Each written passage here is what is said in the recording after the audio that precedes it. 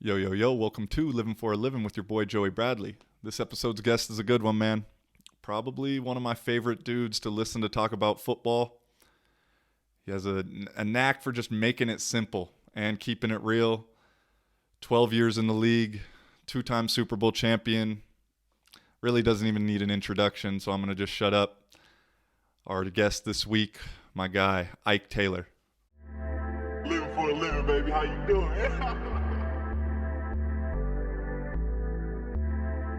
Ready to rock. How you doing, man? Good, bro. How you doing? Where you at?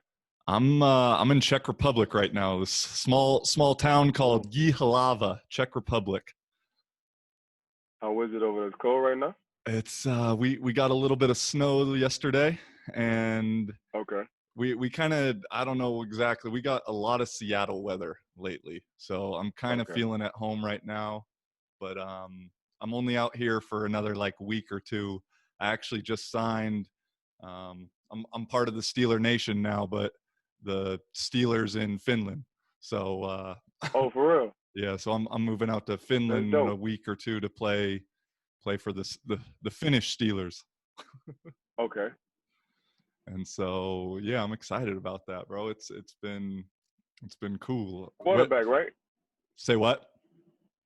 Quarterback? Yes, sir. Quarterback. I've been QBOC since I've been out here, but this Okay. this will be my first year only QBing, and so I'm a little nervous to relinquish some control. But the squad I'm going to, they won the championship last year out there, and the Gotcha. coach, he knows his shit, and it's a super similar offense to what I do. So I'm excited for it. Gotcha.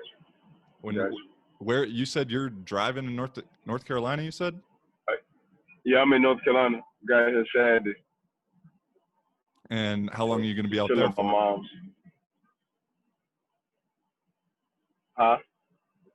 Huh? How long will you be out there for?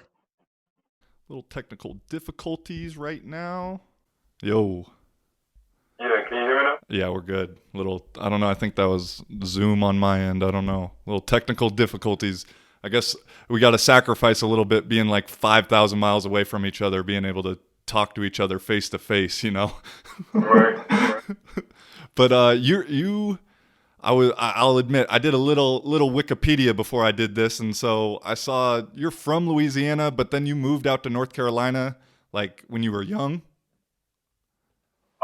Yeah, so my dad from North Carolina, so born in New Orleans, came to North Carolina for about 5 years, and went back down to New Orleans in seventh grade. Okay. And what was the like? How come you went back to Louisiana, New Orleans? Cause my mom felt like she wanted me around males. You know, my grandma had 13 kids, so nine uncles. Damn. So she felt like that would have been. I was a knucklehead when I was young, so she wanted some kind of some manly structure, which probably made it worse. But it helped me out. It kind of molded me. Oh, for real? That's what it was. In a good way or a bad way, you say? No, in a good way. Like it made me the person I am today. Okay. Like I didn't know, but I had a lot of anger management issues. Uh-huh. A lot of anger management. Like I wasn't bad. It's just I used to fight all the time. For any reason, you just go at it? Yeah, if you looked at me, bro, we was fighting. Well, what was your record? You were good. Obviously, you were good if you were doing it all the time. I definitely ain't. I ain't really looking at no record. Like when you fight, you just cool with taking L's, and you just come back and fight the same person again until you win. You don't never look at no record. Like it just becomes a reputation, and that's what you really want. Right. Like hey bro, be fighting, so just leave him alone. Yeah. Okay. Yeah. He won't fight. Yeah, it just gets. It's crazy how word travels. Right. Right. Yeah, bro, a fighter. So just make sure you're willing to go all in if you fighting, bro. Because if not, that's how it was.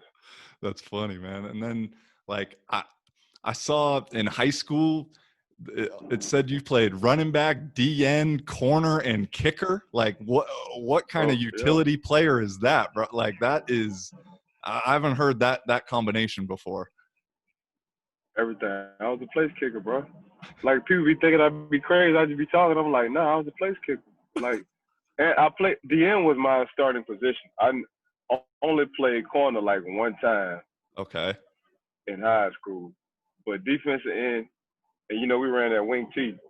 So Okay. we had that wing T offense. I was the wing back. But Motion I was around, just a take the tough son of a sweep, gun. take the.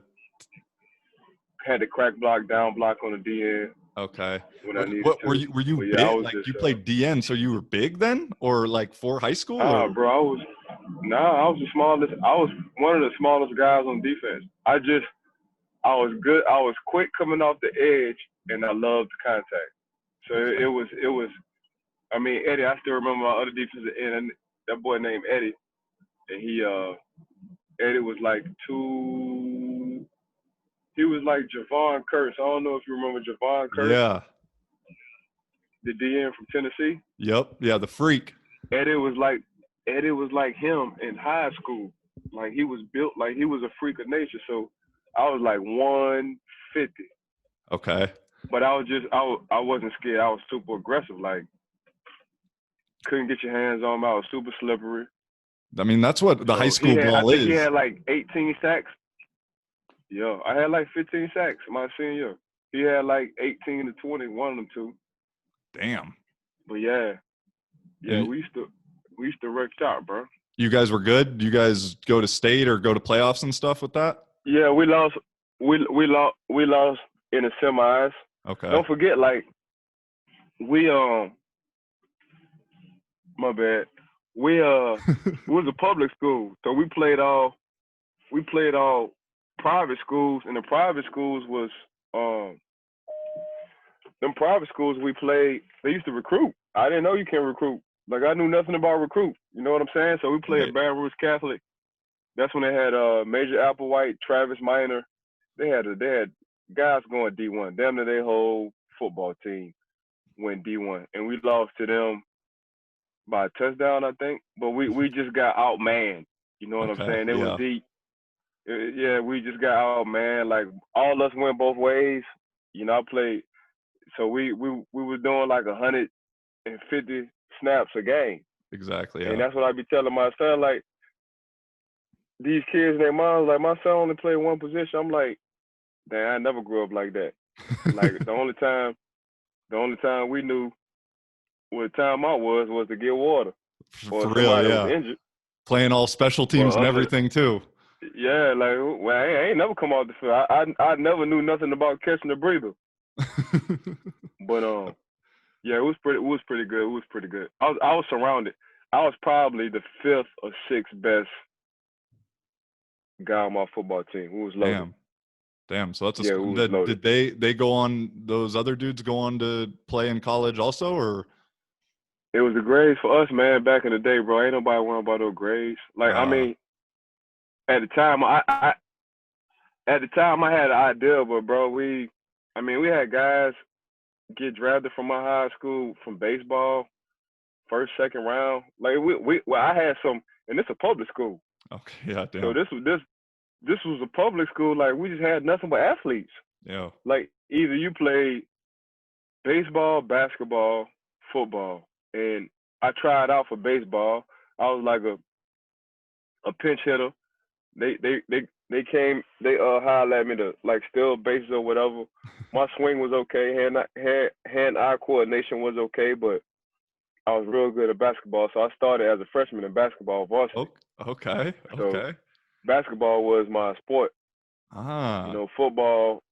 Football was me thinking this could be my way out because how many people play and the positions. Like it's hard to make it in basketball, but basketball was my sport though. Okay. Before Yeah. football was. I'm mad. I when high school started, I switched up and I was playing football, baseball, basketball in middle school, and then quit basketball and just stuck to football, baseball, and then baseball, I was the stud when we were like 12 years old. And then that was my peak. And then from like 12, 13, it was just a slow downhill climb. And by like senior year, I didn't even play. I was just focusing on football. And, I ended up playing. It's funny you say you were like a pinch runner, because I ended up like tricking my college team into letting me play baseball for them my senior year. I hadn't swung a bat in like 7, 8 years. They were desperate for a backup shortstop. And man, I'm not the fast guy, but on the baseball team, I was kind of the fastest guy. And so I became the pinch runner. And bro, they Right. threw me out there, and I hadn't been on a base path in like 8 years. That's not like an easy thing just to pick up and lead off. And I ended up getting thrown out like my first time out there. And so my role got taken away from me real quick after that. Yeah, it's baseball. I was good in baseball. I made all the all-stars in baseball. Yeah. Then that wasn't a cool thing to do. I wish somebody would have guided me the right way, but Wayne know no better. But I was cold in baseball. But then I just stopped. I just stopped playing when I was like 10. What And position started did again you in high play? school. I was catcher. I was catching center field pitcher. Okay, right up the So middle. they used to call me They called me 6 o'clock. That was my nickname, 6 o'clock. 6 o'clock. You Ooh. know, so that's what I did. A tough nosed catcher can throw you out from on the knees. I ain't even have to stand up. And talking a little shit behind the plate too. Man, you just don't understand how much of a quarterback you got to be a catcher. You got to see the whole field. I don't think people understand how hard it is. Being a pitcher, yeah, you got to place that thing where you need to place it. But being a catcher, man, once you get up to them professional and college levels, man, you got to know who coming up, what they like to hit, what they can't hit, what the inning is. You got to kind of align your outfielders where to go. Like catch is hard, and you got to be tough. I For don't think real. people understand how hard catcher is, man. Catcher, man, you got to be, your IQ got to be beyond everybody else's IQ. You know what I'm saying? That's what I learned with the catching. You know, who you gonna let go, who you not gonna let go, who you gonna let steal a base, who can run, who can't run. Like you gotta know all that. You gotta know all that as a catcher. Yeah. You know, Yeah. so Do that's you why I watch any respect that catcher baseball right position now? so well. You But you watch any MLB or anything like that? now I watch the series. You know, playoffs. I like baseball playoffs. Yeah. Yeah. So baseball playoffs was good, and during this pandemic, you know, was real good. You get to hear a lot of things. You get to hear a lot of things in baseball that you wouldn't hear because of the fans. So you get to hear how the players talk and coaches talk and the interaction. You know, I think people taking that for granted. Like even, and we ain't getting into it yet, but football last night between the Raiders and the Kansas City Chiefs, between home and bar, man, you just heard interaction between quarterbacks, how they look at lines, disguises, what they do. Like you wouldn't have got that if it was a pandemic. Right. So you got the mic call, you got the blitz call, you got the where you going call, you got the audible call, you got all that between the two. And I was like, damn, it's music. And I hope people didn't take what happened last night for granted, because that's something you'll never know, understand, but you got to hear it and witness it during this pandemic. Yeah, for real. No, I've really enjoyed it's like you don't even need to watch. I've always loved watching mic'd ups, episodes and stuff. And it's like now every game, everything is a mic'd up episode damn near. Cause I mean, you can NBA, all of that, like you can just hear everything. So that's the probably one positive about no fans being out there. No, just getting into I've been lately tuning into the McAfee show. And I was just Right, I was just randomly watching the other day, and they go, "We got Ike on." I go, "Oh my god!" Like it's fun, it's fun seeing and hearing you talk about ball, bro, and just like the way, when we were in Orlando and taking the guys through the defenses, and you telling me, "Hey, run a trip, run this, run that," and like I've really enjoyed listening to how you talk about the game. Like, do you ever want to get into like announcing or anything like that? I was on my way. I was on my way. I had a little incident happen, but other than that, you know, you live and you learn. I thank God for a lot of things, but yeah, I was moving up the rankings fast in TV. Even my agent, he was like, "Dang, bro, I ain't never seen nobody move up this fast in TV. Usually you gotta wait your turn, but they couldn't deny me. You know what I'm Yeah. saying? Them same kind of talks we used to have at Disney. I was doing that on TV. Like that was just me. Like they tried to give me a voice coach and a speech pathologist. I said, no, man, I don't want to be a robot. Like, man, everybody y'all talking to sound the same. Like, For I don't want real. to sound the same. Yeah. You know And what I'm saying? These people gonna like Ike for Ike. Like this what they're gonna get. They're gonna get a old, unorthodox Southern drawl kind of. Once it was getting to the point where they didn't even have to look at TV. They just understood. They knew my voice, and that's what you want. Like they exactly. ain't even got to cut the TV on. I ain't even got to see the picture. I just know that's Ike talking. So once I did that, they couldn't.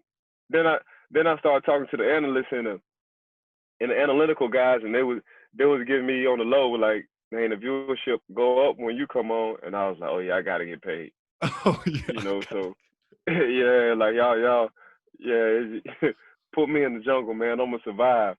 For But real. No, I yeah, mean, bro, it's just that's. I mean, them talks we had at Disney, bro. That's me. Like I like coaching. I like I think I got a gift, and that gift is like simplifying. Whether you ooh, 5 years old or 75 years old, you know, just simplifying, and that's hard to do. Just simplifying things to where somebody can understand, you know. And that's I learned that from my Hall of Fame coaches like Coach LeBeau and them and guys like that, Coach Ray Horton. They just simplified it. Coach T, they just simplified everything, and you just got it. Like if you couldn't get it from them, then you didn't want to learn, you right. know. But and that's you know, my first time coaching my son, 10U team. We won state. Next year, won state again. The year after that, we wound up getting second place. We lost to some dogs. We lost to some guys. But bro, just simplicity, you know. And talking to Michael Irv and all the OGs, like what y'all was running, like how y'all said we did our offense by numbers. I said, what you mean? He was like, yeah, the receivers had numbers, you know, 8, 7, all the even numbers go inside, all the odd numbers go outside. I said, dang, that's easy. Yeah. I said, dang, like, so why everybody make it complicated? Because, you know, OCs, they want to have their own terminology to say this is where they started. But I'm telling you, man, how y'all think on offense, if you can get the same guys to think like me, how y'all think on defense, if you can get the guys to think like that on offense, they just going to be playing fast. They ain't going to be thinking. So that's what I did. Like, I called like three, 4 plays on defense for the whole year. I just Yep. wanted my guys to fly around and have fun and hit people and play defense. On offense, when you was a receiver, you learned from 0 to 8. Right. You know, then I had you from 1 to 9. And for my kids who 10 years old never do nothing about football, they all the even numbers are in. The higher I go up, Coach Ike, that's the longer the route is. Bam. There you go. It's simple. It's simple. No, I There mean you go. that's what I was gonna say too. Is like that was the thing that impressed me is because like football is a damn complicated sport, you know, especially at the NFL level. And I mean the way you were able to just simplify it to those dudes, you know, the minimal words needed, and just hey, if they do this, if we get to that, you know, asking questions. Like I was super impressed. Like that was I'm a football strategy junkie, you know, OC drawing shit up when, you know, and then I'll end up only running 4 or 5 plays on offense all game also because Right. my dad was my coach growing up and we were a wing T team also, and so we go 31 cross until it didn't work, and then we hit them with the 24 cross and then figure it out after that. You know, those were like 3 plays. So no, I mean, getting into like the coaching side, I mean, with you playing in Pittsburgh 12 years, like, you know, you only played for 2 coaches, but like 2 of the best damn near, you know, like how was the What's like the comparison? How do you see the difference between Cohwer and Tomlin? Well, Coach Kyle was he was more like a disciplinarian. He was a general, but Okay. but he was a player's coach. Like, he let us do a lot. Coach Kyle didn't care nothing about going on a plane and wearing a suit and all this. Look, we're going on the plane to smash somebody's face in, and we're coming home. Right. So what you're wearing ain't got nothing to do on how you gonna play. And that's how Coach Kyle, he was old school, 2-a-days, love goal line. Love goal line. He loved him some goal line. He wanted to weave the week out. Right. That's what he was doing. Coach T he another player's coach. His IQ, Joe, his IQ on a whole another level. Like, Coach T he the button up guy. Yeah. He wants you to come. Yeah, he's more of the button up guy. But he was one of the ones that simplified.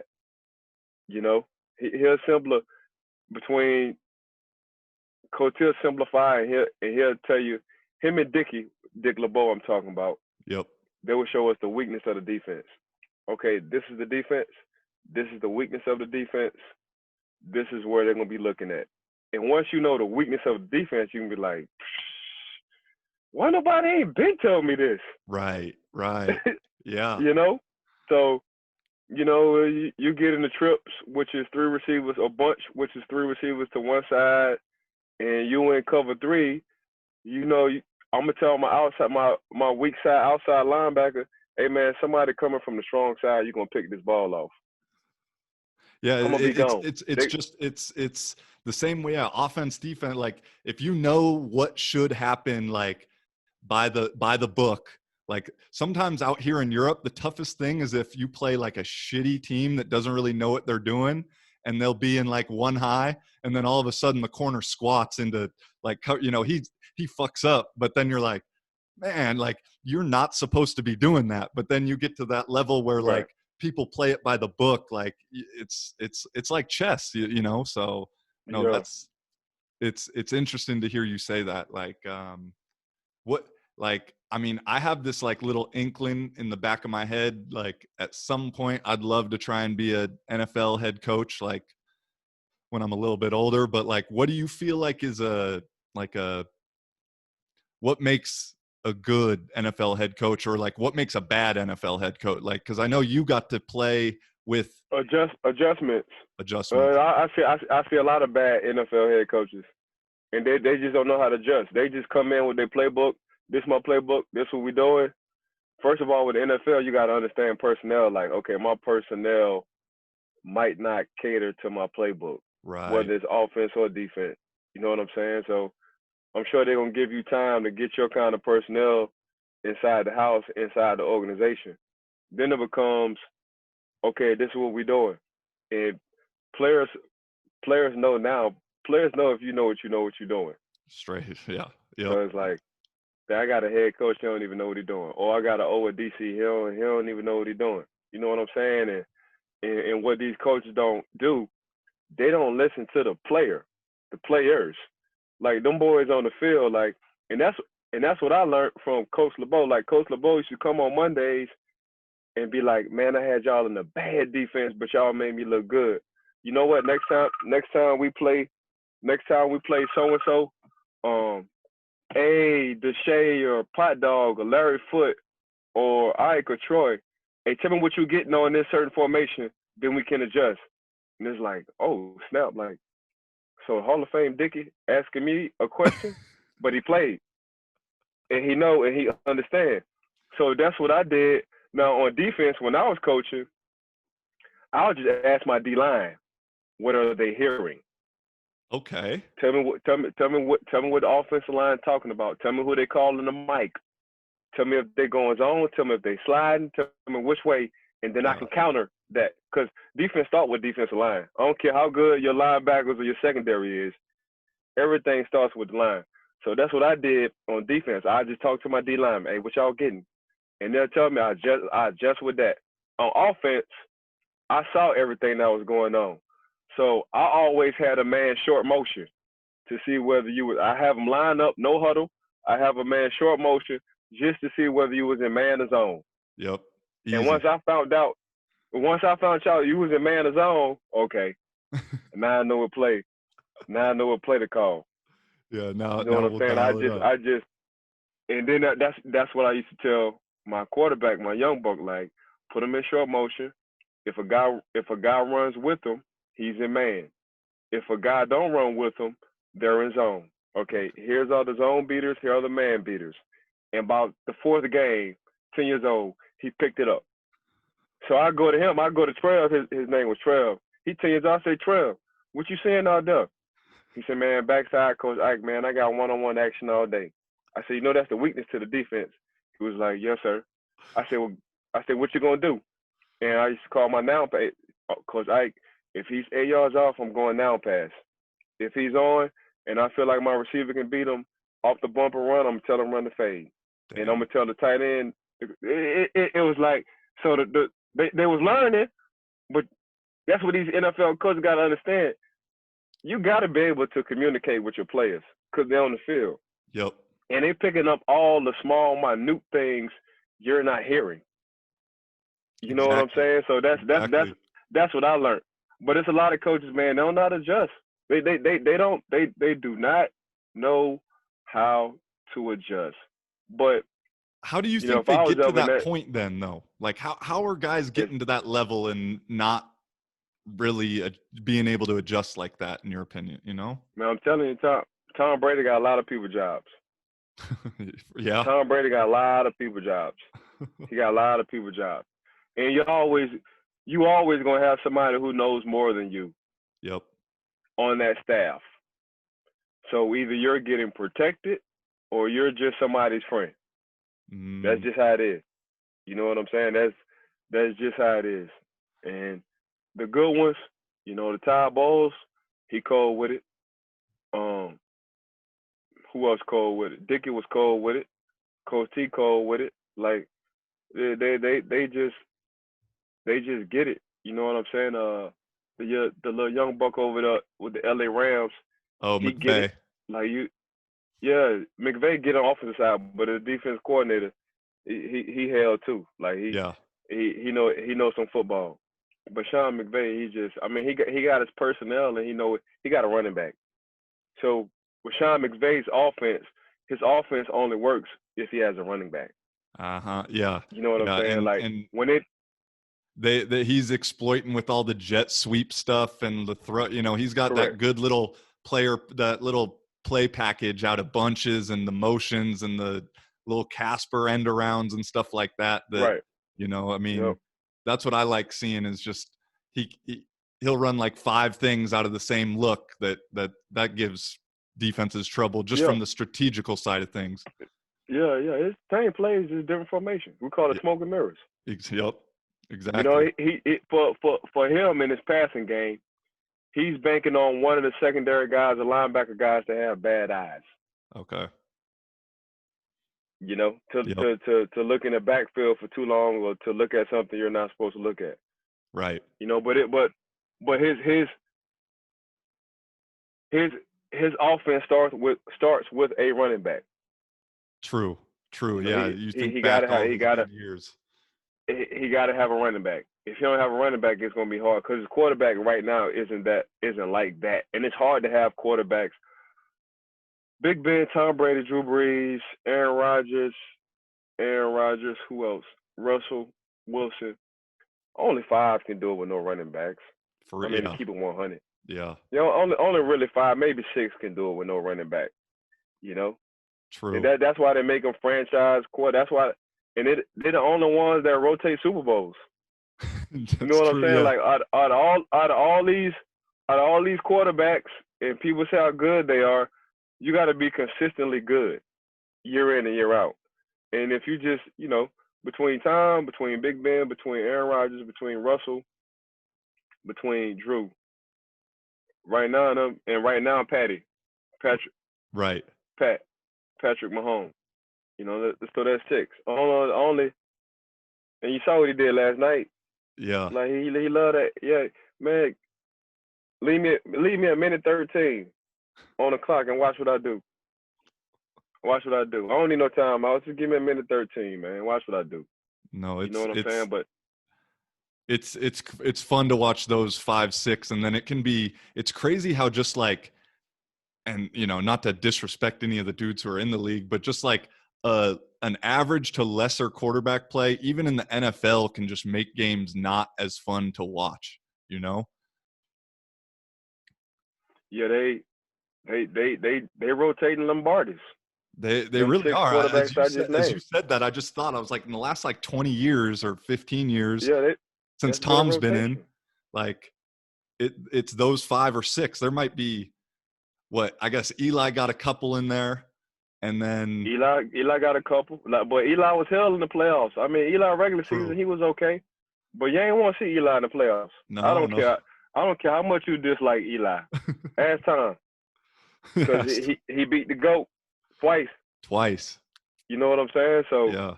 yeah, it's something I saw it for my own eyes. Like, dang, this little dude Eli, man, this dude hell in the playoffs.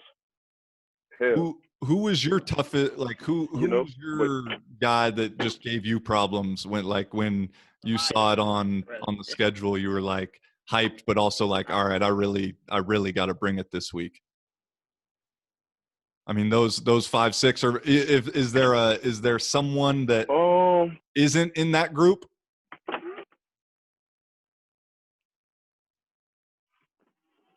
you talking about the Tom Brady hands down the best. Okay. And then, but like, Yeah, is there like I be telling.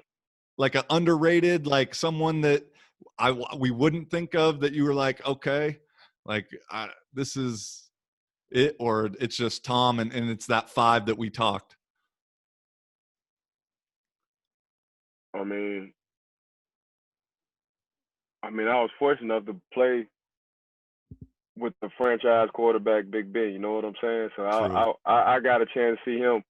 Like, really, I had to be on top of my game in practice every day. But Big Ben just was 7. Seven a little different. You know, couldn't no other quarterback can play for Pittsburgh but Big Ben. He a tough son of a gun. And why do you exactly say that? With the injuries, the style of play, the city, the mystique of the city is Big Ben. Right. Hard nose, playing hurt, broke ankle, elbow almost coming off the bone, shoulder out of socket, broke nose, had to Seven had been through some, and he played through some stuff that has sit a lot of quarterbacks out. Yeah. But that's just 7. You know, and that's the city of Pittsburgh, like old school, blue collar, hard nosed yins. We can fight all day kind of city. Like, don't bring no gun, don't bring no knife. Let's use these hands. Let's go. That's the city of Pittsburgh. Old school Ike with it. Old school. That's how it was. But Tom Brady, man, 6th-round draft pick. That chip still on his shoulder. For real. Every other quarterback I named either went 1st or 2nd round. True. Early 2nd. Yeah. I mean, that's Russ right. went in the 3rd, so he was a steal. Russ went in the 3rd round, so he was a steal. But, bro, Tom, that guy, man, you see it in his eyes. Yeah. You see it in his eyes. Like, he want to prove everybody wrong forever. Like, he really won't get number 7. For real. Yeah. No. That boy. He. I mean, I was excited when he left the Patriots, just because something new, and like that's a motivation, because I mean, I can relate with the chip on my shoulder, as I've always kind of been like looked down upon. Never was the highly recruited guy, nothing like that. And this team I just signed with in Finland. I was actually supposed to play out there in 2019 before, when I was working out with you guys. I left after that and went to Finland. It ended up not working out with the team I went to, and so I left. And so I've kind of had this little chip on my shoulder in that country. And Right. now that I'm getting back, I kind of feel similar. I mean, although I'm only on year 7, Brady's in like year 15, but I feel similar. Right. Like, okay, like I got something to prove with a different team out there. And speaking of like chips on your shoulder, though, like how big a chip on your shoulder did you have coming into the league? Because I was reading some stuff that was saying like, the papers were talking mad shit about like the draft Right, pick right, right, taking right. you, and like, I mean, I wanted to get into the college story too, which we can, but just the, something I saw something one of the paper guys said like worst pick in the fucking history of the Right, right, organization or right, right. something. And so, I mean, Yeah, how'd you do? Like, what was your mindset going into rookie year and stuff like that? I mean, it was easy. Just coming from New Orleans. It was at the time New Orleans was number one in murders between '94 and '98, Okay. and eye contact really gets you beef. Like if me and you walk in two different opposite directions, and you look at me and I look at you, and we don't know each other. By the time we meet up from the eye contact, we fighting on sight or either shooting each other. Whoa. And that was the ignorant part of New Orleans, but mentally you had to grow up ASAP. Yeah. You had to grow up fast. So, a piece of paper, somebody getting their own opinion, that meant nothing. Like, man, y'all clown. You know what I'm saying? Like y'all like my back been against the wall since I was a baby. Yeah. So I mean I guess if that's how y'all feel, man, cool. But if I see you, no, we fighting on sight. Did you ever And did you ever get like kind of a fuck you moment with that guy like later on in the career or anything like that, or like? nah, I just let my career, talk for it. Yeah, it did. Yeah, I just let the career talk for it. Like, all right, man, 12 years later, 2 Super Bowls. I mean, No, it I guess speaks I for guess itself. I guess I'm that sad, you know. Like you said, no, But 12 years. It's like in the 12 years, I'm like year 7 out here in Europe with professional ball, and like I definitely feel like my preparation and off-season work like has evolved from trying to be strong and stuff, which isn't my forte, to just being mobile and core strength. Like how'd your training and stuff evolve throughout your time? Because people don't understand how crazy it is to play 12 years in the league. I mean, the older you get, the lighter you won't be. To keep up with these young boys, especially at my position. Yeah, Um, 12 years so at yeah, the most athletic position, damn, too. that's how it was. You want to be super light, so it was just figuring out. For me, conditioning and staying in shape, that was my forte. Like I ain't never let nobody outwork me. So that was always, even when they used to draft guys to try to replace me, I used to invite them to come up. Come kick it. I'm gonna show you how to be a professional. On and off the field with this work ethic. So that was never an issue. You know what I'm saying? But it was just the older you got, the lighter you wanted to be. Yeah, Then over practice and repetition, the game kind of slowed down for you. Then I was in the same defense my whole career. true. So I knew the ins and outs to the defense. So that helped out a lot. And like with preparation and stuff, corner gets looked at as just like the athletic position of like dudes just, oh, go follow this guy or go do this or go do that. But like how much of your game do you feel like was like film study and preparation versus just straight up Oh, that's all I knew. athleticism? Yeah, it is. I mean, the athleticism that's gonna burn off the older Yeah. you get. For me, it was film study. That's all we did was watch tape. And I used to do Byron Leftwich, Charlie Batch, Mm. Brian St. Pierre. I used to have them guys. Even Coach Ty Haley, Coach Bruce Arians. I used to ask them, "Hey man, if y'all playing Ike Taylor, how would you attack me?" And that's when you become a professional. For Like, real. how would you attack? And they used to tell me, I'm like, okay, so I got this on tape. They say they attack me this way. Okay, this is how so and so in certain situations in the game, this is how they'll probably attack me. Okay, cool. Hey, can I get like 5 snaps on this in practice? Yeah. Then it got to Coach T. Coach T was like, it was between me and Byron Leftwich. I said, B Left, start throwing some back shoulder fades because I'm cutting everybody off on the deep balls, and I'm sure that's how they're gonna start attacking me, back shoulder fades. Right. So I want to get my body used to turning and my eyes right. And Coach T was like, during practice, like, B Left, why the hell you keep throwing these back shoulder fades? And B Left told him, and Coach T was like, damn, this is a true professional. Uh-huh. And I remember Coach T putting it in a team meeting, like, let me tell you how professionals stay professional. And he told him my story. You know what I'm saying? So that was I was like, I said, man, I always been my toughest critic, but I really understood and got how to be a professional. You know, you gotta critique and you gotta self-scout and self-evaluate yourself. You gotta know what you put on tape. You gotta know how people are going to attack you. So, and you got to grow. You know what I'm saying? But that's just in life in general, I think. You just got to grow as a person. But, yeah, once I tell my son and my nephew the same thing. Hey, man, what you think you putting on tape? If I'm playing Ivan, what I'm going to say his weakness is. Okay, let's work on that. Don't nobody want to talk about their weaknesses. Everybody be like, oh, my.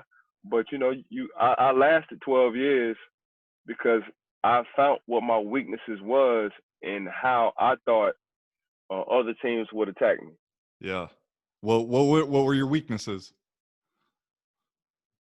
It was hands for sure. It was catching the ball, but that really, yeah, my hands was horrible.